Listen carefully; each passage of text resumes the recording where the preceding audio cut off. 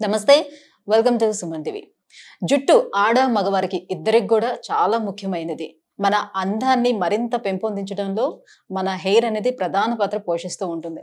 అయితే ఒత్తైన long hair ఉండడం ఆడవారికి ఎంత ఇష్టమో మగవారికి కూడా అంతే ఒత్తైన జుట్టు ఉండాలి, అందంగా కనిపించాలనే ఆతృత ఉంటుంది. అయితే ఇటీవల కాలంలో మనం చూసుకున్నట్లయితే యువత ఎక్కువ మంది కూడా ఈ బట్టతల సమస్యతోటి బాధపడుతూ వస్తున్నారు.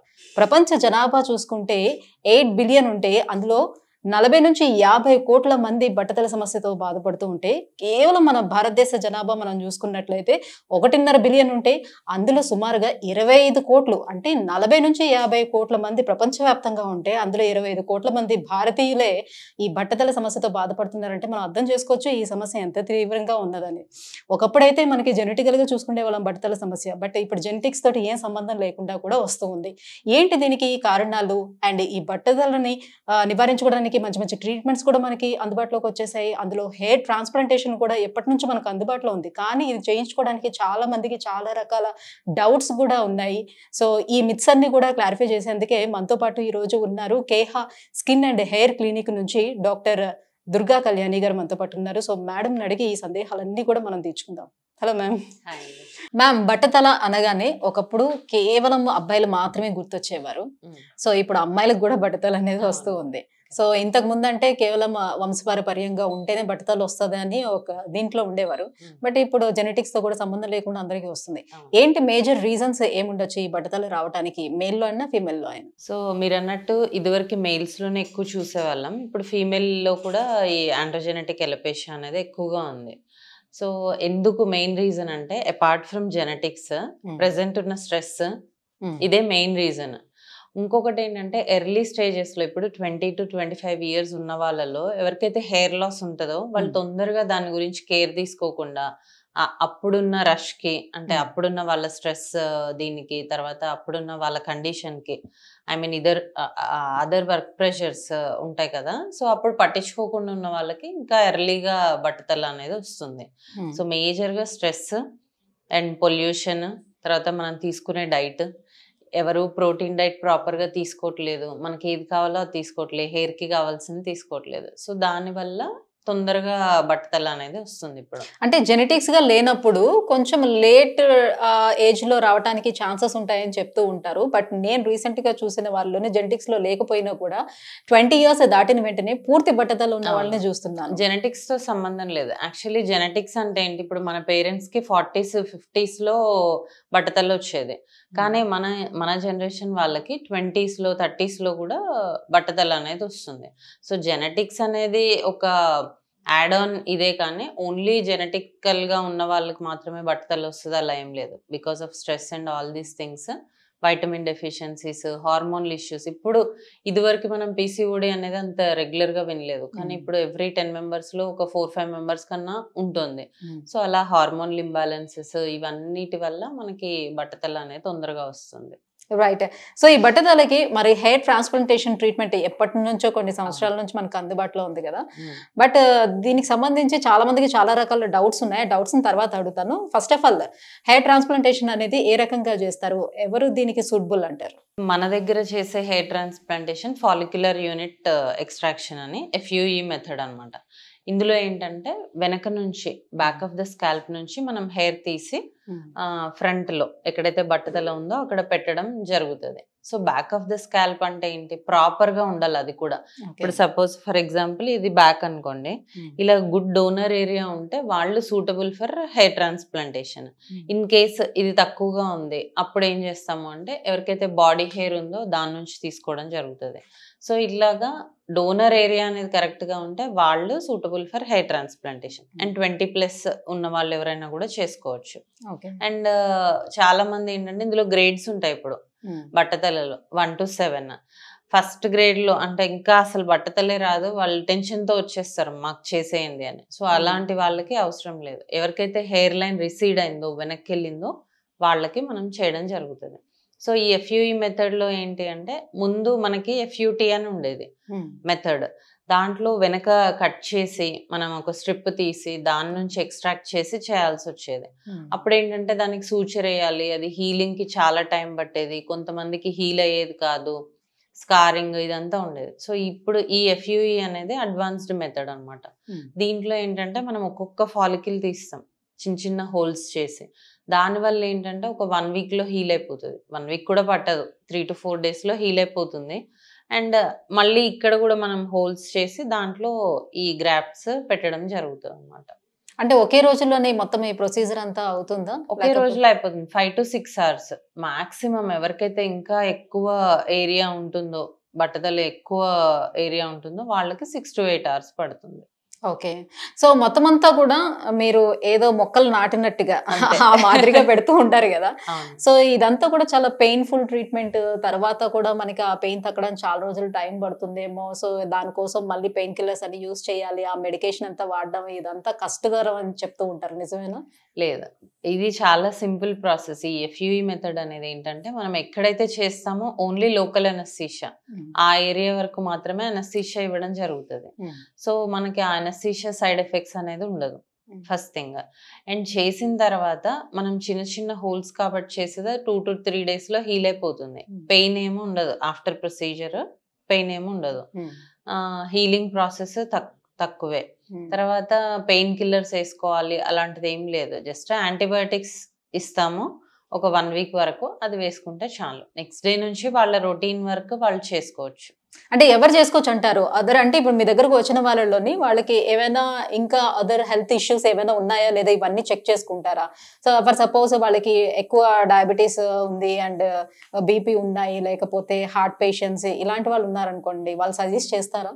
మనము బిఫోర్ హెయిర్ ట్రాన్స్ప్లాంటేషన్ అన్ని బ్లడ్ టెస్ట్లు చేయడం జరుగుతుంది. వాళ్ళకి BP ఉందా, షుగర్ ఉందా, ఇంకేదన్నా హెల్త్ ఇష్యూస్ ఉన్నాయా అని. సో డయాబెటీస్ ఉన్నా కూడా చేసుకోవచ్చు, కానీ అండర్ కంట్రోల్ ఉండాలి. షుగర్ అనేది అండర్ కంట్రోల్ ఉండదు. ఇప్పుడు నార్మల్ పర్సన్స్కి 3 to 4 daysలో హీల్ అయ్యేది, వాళ్ళకి 7 to 10 days పడుతుంది. అంతే తప్ప చేసుకోకూడదు అన్న రెస్ట్రిక్షన్ ఏం లేదు. ఓన్లీ ఫీమేల్లో అయితే కనుక ప్రెగ్నెన్సీ కానీ ఏదైనా బ్లీడింగ్ డిజార్డర్స్ కానీ, లాక్టేషన్ ఫీడింగ్ ఇస్తున్నారు వాళ్ళు, అలాంటి వాళ్ళల్లో మనం చేయము. మెయిల్స్లో అయితే కనుక సివియర్ హార్ట్ డిసీజెస్ ఉన్న వాళ్ళకి, లేదంటే హై బ్లడ్ ప్రెషర్ ఉంది వాళ్ళకి, అన్కంట్రోల్డ్ డయాబెటీస్ ఉంది, అలాంటి వాళ్ళకి మనం చేయకుండా ఉంటాం. సో ఆ ఇన్ఫర్మేషన్ కానివ్వండి, పెయిన్ కానివ్వండి, ఎన్ని రోజులకి అది తగ్గే అవకాశం ఉంటుంది? అదర్ ఇన్ఫెక్షన్స్ ఏమైనా వస్తాయా? ఎవరైతే క్లెన్లీనెస్ మెయింటైన్ చేయరో వాళ్ళకి ఇన్ఫెక్షన్స్ వచ్చే ఛాన్స్ ఉంటుంది. బట్ మన దగ్గర ఇప్పటివరకు అదైతే జరగలేదు, ఎందుకంటే ప్రాపర్ ప్రికాషన్స్ మనం ఇస్తాం. సో హెయిర్ ట్రాన్స్ప్లాంటేషన్ తర్వాత ఇలా ప్రాపర్ ప్రికాషన్స్ తీసుకొని వాళ్ళు ప్రాపర్గా క్లీన్ చేసుకుంటే ఇన్ఫెక్షన్స్ వచ్చే ఛాన్స్ లేదు. ఎవరైతే బాగా పొల్యూషన్కి ఎక్స్పోజ్ అవుతారు నెక్స్ట్ డేనే, ఎందుకంటే కొంచెం పచ్చిగా ఉంటుంది కదా, అప్పుడు ఎక్స్పోజ్ అయినప్పుడు సెకండరీ ఇన్ఫెక్షన్స్ వస్తాయి, కానీ అదర్వైజ్ ఇన్ఫెక్షన్స్ వచ్చే ఛాన్స్ లేదు. ఓకే. సో ట్రీట్మెంట్ తీసుకున్న తర్వాత ఎన్ని రోజుల వరకు వాళ్ళు సన్ కి ఎక్స్పోజ్ అవ్వకుండా ఉండాలి? హెయిర్ నెక్స్ట్ డే నుంచి ఎక్స్పోజ్ అవ్వచ్చు, బట్ విత్ ప్రాపర్ ప్రొటెక్షన్. అంటే మనం క్యాప్ ఇస్తాము, ఆ క్యాప్ వేసుకొని వెళ్ళొచ్చు, వాళ్ళ వర్క్ కూడా చేసుకోవచ్చు. సో అలాంటి రెస్ట్రిక్షన్ ఏం లేదు. నెక్స్ట్ డే ఆఫ్టర్ 24 hours వాళ్ళు రొటీన్ వర్క్ చేసుకోవచ్చు. సో మీరు గ్రాఫ్టింగ్ చేసిన ఆ హెయిర్ ఫాలికల్స్ ఏవైతే ఉంటాయి, ఎప్పటి నుంచి దాని గ్రోతింగ్ అనేది స్టార్ట్ అవుతుంది? ఎన్ని మంత్స్ లో నార్మల్ మనం చూడొచ్చు హెయిర్? మనము ఇంప్లాంట్ చేసిన తర్వాత మీరు అన్నట్టు మొక్కలు నాటడమే కదా ఇది. సో ఇంప్లాంట్ చేసిన తర్వాత దానికి అక్కడ స్టెబిలిటీ వచ్చి అది గ్రోత్ స్టార్ట్ అయ్యేది after 2 months. So by the end of 6 to 9 months మనం మంచి రిజల్ట్స్ అనేవి చూడొచ్చు. ఓకే. సో మళ్ళీ ఊడిపోయే ఛాన్స్ ఎంతవరకు ఉంటుంది? సో మళ్ళీ చేయించుకోవడానికి అవకాశం ఏమైనా ఉంటుందా, ఉండదా?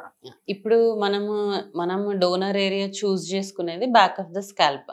ఇప్పుడు బట్టతల వచ్చిన ఎవరినైనా చూడండి, ముందు నుంచి వెనక్కి హెయిర్ పోతుంది కదా, వెనకాల హెయిర్ పోదు, వెనకాల హెయిర్ అలాగే ఉంటుంది.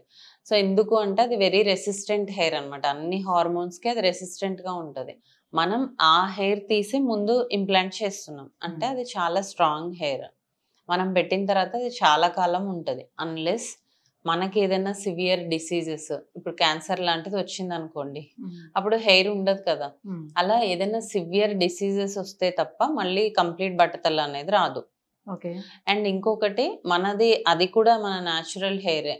మన న్యాచురల్ హెయిర్ ఎలాగైతే సీజనల్ గా రోజు కొంచెం పోతుందో అలా పోతుంది తప్ప, అలా పోయినా మళ్ళీ ఆ ప్లేస్ లో వస్తుంది. సో అది ప్రాబ్లం లేదు. మళ్ళీ పోయి మొత్తం బట్టతల్లి వస్తుంది అలా ఉండదు. మనం దాన్ని కొంచెం మెయింటైన్ చేసుకోవాల్సి ఉంటుంది. లైక్ మినాక్సిడిల్ కానీ, కొన్ని వైటమిన్ సప్లిమెంట్స్ కానీ, స్టార్టింగ్ ఆఫ్ ద హెయిర్ అంటే పోస్ట్ హెయిర్ ట్రాన్స్ప్లాంటేషన్ మనం ఒక 6 months వరకు వైటమిన్ సప్లిమెంట్స్ తీసుకోవాలి, మినాక్సిడిల్ వాడాలి. అలా చేస్తే ఎక్కువ కాలం ఉండే ఛాన్స్ ఉంటుంది. ఓకే, మీరు ఆ డోనర్ ఏరియా నుంచి ఏదైతే తీస్తారో హెయిర్ ఫాలికల్స్, మళ్ళీ ఆ ప్లేస్ లో హెయిర్ వస్తుందా వాళ్ళకి? ఇప్పుడు డోనర్ ఏరియాలో మనకు ఒక 50,000 హెయిర్ ఉందనుకోండి, టోటల్ గా మనకి 1 lakh హెయిర్ ఉంటుంది బాయ్స్ కి. ఫీమేల్ కి అయితే కనుక 1.5 lakh హెయిర్ ఉంటుంది. సో వెనకాల సపోజ్ 50,000 హెయిర్ ఉందనుకోండి, అందులోంచి మనం తీసేది 2,000 to 3,000 ఇన్ బిట్వీన్ తీస్తాం. సో రిమైనింగ్ హెయిర్ దాన్ని కవర్ చేస్తుంది. మనం ఎక్కడైతే తీసామో అక్కడ రాదు, బట్ రిమైనింగ్ హెయిర్ దాన్ని కవర్ చేయడం వల్ల మనం అక్కడ నుంచి తీసామని కూడా తెలియదు. Okay okay. సో ఈ మధ్యకాలం మనం చూస్తే ఎక్కువ మంది ఎంగేజ్ లో ఉండే వాళ్ళే ఈ బట్టతల సమస్యతో ఇబ్బంది పడుతున్నారు. మోర్ ఓవర్ ఏంటంటే పెళ్లికి ముందే బట్టతల అవుతుంది కాబట్టి సో పెళ్లి కోసం కూడా చాలా కష్టపడాల్సి వస్తుంది. చాలా మంది ముందే వస్తున్నారు కదా ట్రీట్మెంట్ కోసం. సో వాళ్ళు ట్రీట్మెంట్ తీసుకోవటం వల్ల వాళ్ళకి ఏమైనా అదర్ హెల్త్ ఇష్యూస్ వస్తాయి అంటే ఆ మెడిసిన్స్ ఏవైతే మీరు చెప్పారో ఇప్పుడు, సో ఆ మెడిసిన్స్ వేసుకోవటం వల్ల అదర్ హెల్త్ ఇష్యూస్ ఏమైనా వస్తాయా? యాక్చువల్గా మనం ఇచ్చేది ఏంటి హెయిర్ ట్రాన్స్ప్లాంటేషన్ తర్వాత అంటే మినాక్సిడిల్ తర్వాత మల్టీవైటమిన్ సప్లిమెంట్ ఇస్తాం. సో ఈ మినాక్సిడిల్ అనేది పైన అప్లై చేసుకునే ఆయిలే, దానివల్ల ఎలాంటి సైడ్ ఎఫెక్ట్స్ ఉండవు. కొంతమందిలో ఎవరికైతే వీక్ డోనర్ ఉంది, లేదంటే హెయిర్ చాలా థిన్ ఉంది అనుకున్న వాళ్ళకి మనం ఫినాస్ట్రైడ్, డ్యూటాస్ట్రైడ్ అని ఇవ్వడం జరుగుతుంది.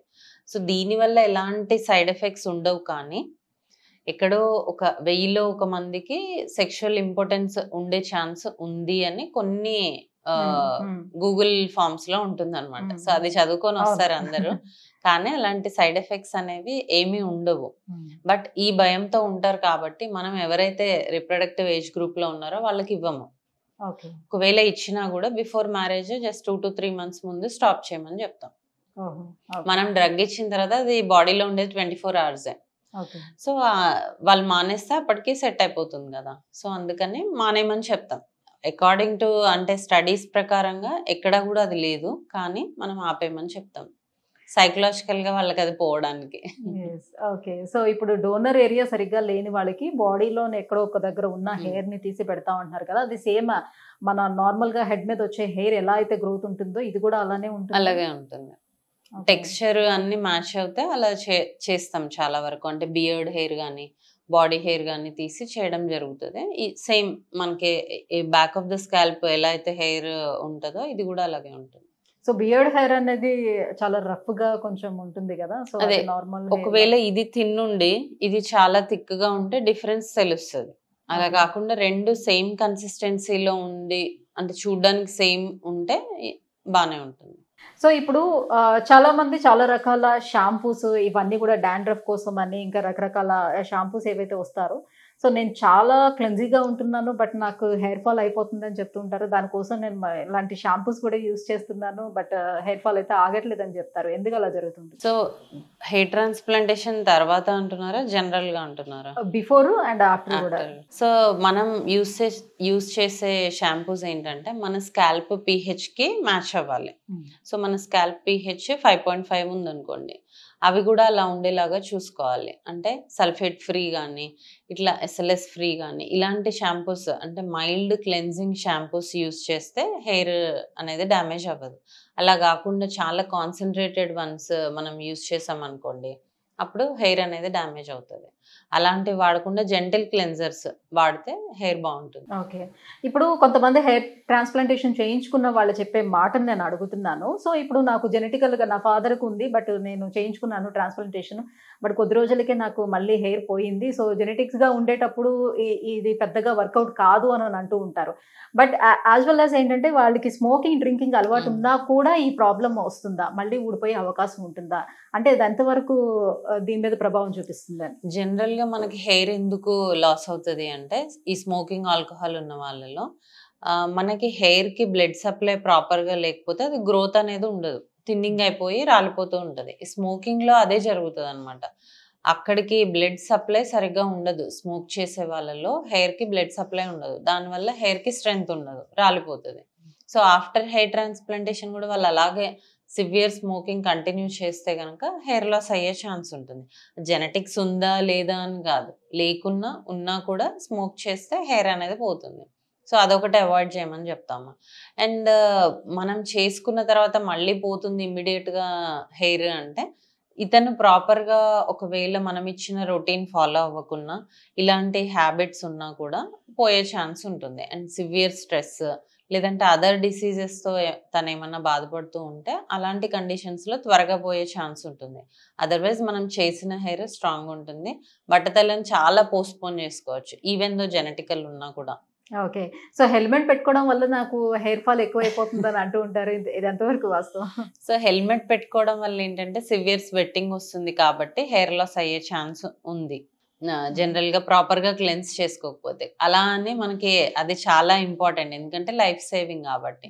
సో మనం ఏం చేయాలి అంటే ఒక కాటన్ క్లోత్, ఎక్కువసేపు ఎవరైతే జర్నీ చేస్తారో ఒక కాటన్ క్లోత్ ఫస్ట్ మన స్కాల్ప్ పైన వేసుకొని ఆ తర్వాత హెల్మెట్ పెట్టుకుంటే మన స్వెట్ని అది సక్ చేస్తూ ఉంటుంది కాబట్టి హెయిర్ లాస్ని తగ్గించుకోవచ్చు.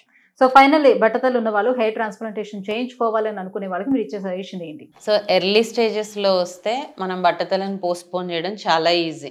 మొత్తము పోయి డోనర్ ఏరియా లేకుండా రాకండి. సో డోనర్ ఏరియా ప్రాపర్గా ఉంది అంటే 100% రిజల్ట్స్ అనేవి చూడొచ్చు. హెయిర్ ట్రాన్స్ప్లాంటేషన్ అంటే మీరు అనుకున్నట్టు, మీరు అడిగారు కదా సర్జరీ దీనివల్ల సైడ్ ఎఫెక్ట్స్ ఉంటాయని, అలాంటివి ఏమీ ఉండవు. చాలా సింపుల్, 1 డేలో అయిపోతుంది. నెక్స్ట్ డే నుంచి మీ వర్క్ మీరు చేసుకోవచ్చు, మీ కాన్ఫిడెన్స్ని కూడా రీగెయిన్ చేసుకోవచ్చు. మ్యామ్, ప్రత్యేకించి కేహా స్కిన్ అండ్ హెయిర్ క్లినిక్లో ఈ ట్రాన్స్ప్లాంటేషన్ ప్రొసీజర్ అనేది ఏ రకంగా ఉంది? ఇప్పటికీ ఎంతమంది మీరు హెయిర్ ట్రాన్స్ప్లాంటేషన్ చేశారు? రిజల్ట్స్ ఎట్లా ఉంది? కేహాలో ఏంటంటే చాలా కొన్ని వందల మందికి, మోర్ దెన్ 1000 అని చెప్పచ్చు, అన్ని హెయిర్ ట్రాన్స్ప్లాంటేషన్స్ చేసాము. బేసిక్గా ఏంటి అంటే వీళ్ళకి హెయిర్ వస్తుంది 100% అష్యూరెన్స్ మనం ఇస్తేనే చేస్తాం. సో 100% సక్సెస్ కూడా ఉంటుంది. వీళ్ళకి రాదు, డోనర్ ఏరియా ప్రాపర్గా లేదు, వీళ్ళకి ఇంకా హెయిర్ వచ్చే ఛాన్స్ లేదన్న కేసెస్ అసలు చేయం. వాళ్ళకి ఎక్స్ప్లెయిన్ చేయడం జరుగుతుంది. మనం వచ్చే పేషెంట్కి ఏంటి అంటే యంగ్స్టర్స్ అయితే కనుక వాళ్ళకి మ్యాక్సిమం మనం బాడీ నుంచి కానీ బియర్డ్ నుంచి కానీ వెనక నుంచి కానీ తీసి 100% ఇవ్వడానికే చూస్తాము. సో ఇక్కడైతే 100% సక్సెస్ రేటే ఉంది. అలా వచ్చే కేసెసే చేస్తాము. అండ్ ఇక్కడ చేసే method FUE method, follicular unit extraction method. చాలా సింపుల్. ఎందుకు అంటే హీలింగ్ ప్రాసెస్ తక్కువ ఉంటుంది, వర్కింగ్ వాళ్ళకు కూడా డిస్టర్బెన్స్ ఉండదు, నెక్స్ట్ డేనే వాళ్ళ వర్క్ చేసుకోవచ్చు కాబట్టి. అంటే ఇది ఏజ్ లిమిట్ ఏమైనా ఉంటుందా? ఈ ఏజ్ గ్రూప్ లో మాత్రమే మనం చేస్తాము అని ఏమైనా ఉంటుందా? ఏం లేదు, 20 years ఉన్న వాళ్ళు మన దగ్గర అప్ టు ఇంకెప్పటి వరకైనా చేసుకోవచ్చు. మన దగ్గర యంగెస్ట్ అంటే 19 years. సో అక్కడ నుంచి హెయిర్ ట్రాన్స్ప్లాంటేషన్ చేయడం ఉంటుంది. Right, thank you ma'am, thank you so much. So బట్టతలో ఉండే వాళ్ళకి హెయిర్ ట్రాన్స్ప్లాంటేషన్ ఎంత చక్కగా మనకి వర్కౌట్ అవుతుంది, సో ఆ ప్రొసీజర్ అంతా ఎలా ఉంటుంది, దానిపైన ఉన్నటువంటి మిత్స్ కూడా క్లారిఫై చేసినందుకు thank you so much. Thank you.